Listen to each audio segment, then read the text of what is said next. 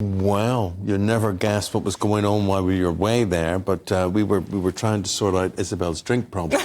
Like you were away. My mum watches this. Can you not say that? All right, and my food problem and whatever. And the lady who's going to do it is Davinia Taylor, who joins us now. Good morning. As a business owner, you may recognise her from the TV, ex-Hollyoaks star and an author. You lost how much in terms of weight, Davinia? Not that I ever noticed you heavy, but you lost how much? Well, it's about 3.5 stone, give or take. I mean, obviously you've got water fluctuations, but yeah, I mean, I was seriously... What I didn't realise was I wasn't just like carrying excess fat, it was inflammation. So you can see I've got a before and after picture, and you can see my knees are inflamed, I couldn't fit my wedding ring on, and my doctors just said to me, oh, just have a calorie-controlled diet. See, I believe I've got this inflammation. You've got inflammation, you're inflamed. Yeah, I mean, it's literally, you're like a walking bruise. My knees. I could show you my knees. Walking bruise, get your legs out. Sometimes I can't even bend them, they're so swollen. This is it, because your body is like, it's in distress.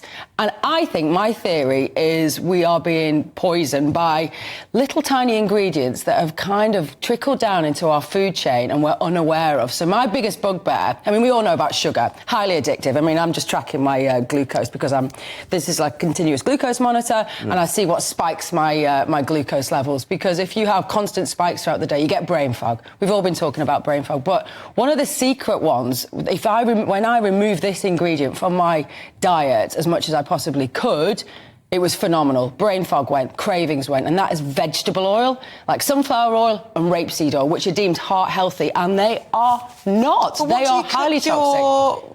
When you're making a spag bowl, for example, you're told not to use olive oil to cook your... Would you use rapeseed oil or something? Absolutely not. Nothing vegetable, sorry. Yeah, okay, none of that. It's highly, highly processed. It's very versatile, but what it does is it strips the gut of... Basically, it's a detergent. So do you use butter? I use butter, and I use, if I want to cook at high levels, avocado oil or lard. So getting back to lard, yeah. Vegetable oil is a total fabrication. It's totally false. There's no such thing as vegetable oil. No. Vegetables don't have oil. No. I mean, it's really processed, and I mean, there's such misinformation about it being healthy for you that it's an unsaturated fat. But those fats are really toxic because I've got 4 boys, and they all play rugby and football, so I'm always using, it's like this product called the pink stuff, and it gets all the stains out. First ingredient in there is vegetable oil. Gosh. It's a detergent. It's like waterproof mascara remover. It literally strips the lining of your gut of mucus, and in that mucus is where your hormone receptors are to tell your brain you're satisfied.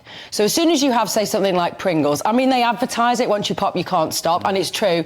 You have that, you've got a subconscious message going to your brain saying, let's have another. Team that with a bit of salt, which actually is good in isolation. Team that with a bit of salt, bit of sugar, you are addicted, and you're off. And then you're on the sort of gravy train. You're not going to stop eating.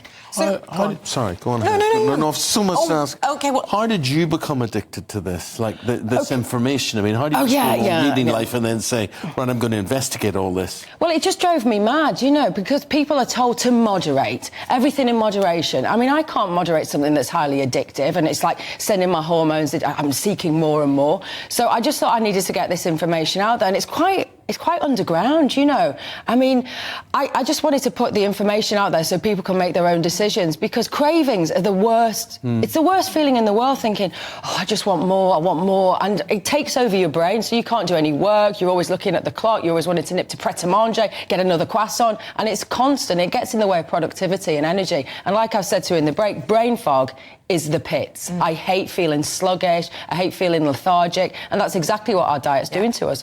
So, I mean, you're not a doctor. No. So a lot of people are watching this going, OK, you sound very clued up on all of this, but you did do a DNA test to find out what you were essentially made of and what worked for you. What did you learn from that test, and how did that inform this journey that you're now? Well, my journey started when my mum was diagnosed with cancer years ago. So she got breast cancer, and on the back of that, I did the usual sort of BRCA1 testing, and she sadly passed away. But on the back of that, I thought, well, what else can I find out about my genetics? What else have I inherited, And ultimately, I'm an alcoholic by nature. I've not drank for like 14 years.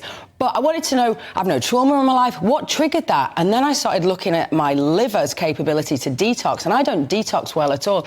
I'm missing like a SNP on my DNA, and it stops me producing a master antioxidant called glutathione, which some people do, you know, so I can't metabolize alcohol very well, so I get ferocious hangover, feel really fearful, feel terrible, which leads me to pick up another drink again. So that, to me, was like, wow, so it's not my fault, it's not willpower, it's my actual genetics that are doing this to me. And it gave me some sort of like ease, and then I know how to hack around my genetics. Well, we could talk to you all day. It's absolutely amazing. We're out of time, but Davinia's book is It's Not a Diet, and it's the not No a diet. Cravings, No Willpower Way to Get Lean and Happy for Good.